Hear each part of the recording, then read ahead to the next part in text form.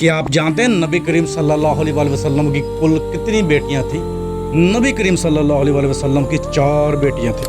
हज़रत ज़ैनब बिनत मोहम्मद सल्लल्लाहु अलैहि वसल्लम, हज़रत रकिया बिनत मोहम्मद सल्लल्लाहु अलैहि वसल्लम, हज़रत उम्मे कुलसूम बिनत मोहम्मद सल्लल्लाहु अलैहि वसल्लम, हज़रत बीबी फातिमा बिनत मोहम्मद सल्लल्लाहु अलैहि वसल्लम। हज़रत ज़ैनब सबसे बड़ी बेटी थी और हज़रत रकिया और हज़रत उम्मे कुलसूम का निकाह हज़रत उस्मान गनी से हुआ।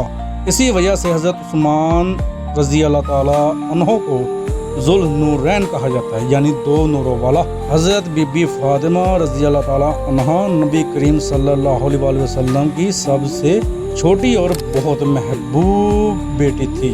हज़रत मोहम्मद सल्लल्लाहु अलैहि वसल्लम ने फरमाया, फातिमा मेरे जिगर का टुकड़ा है।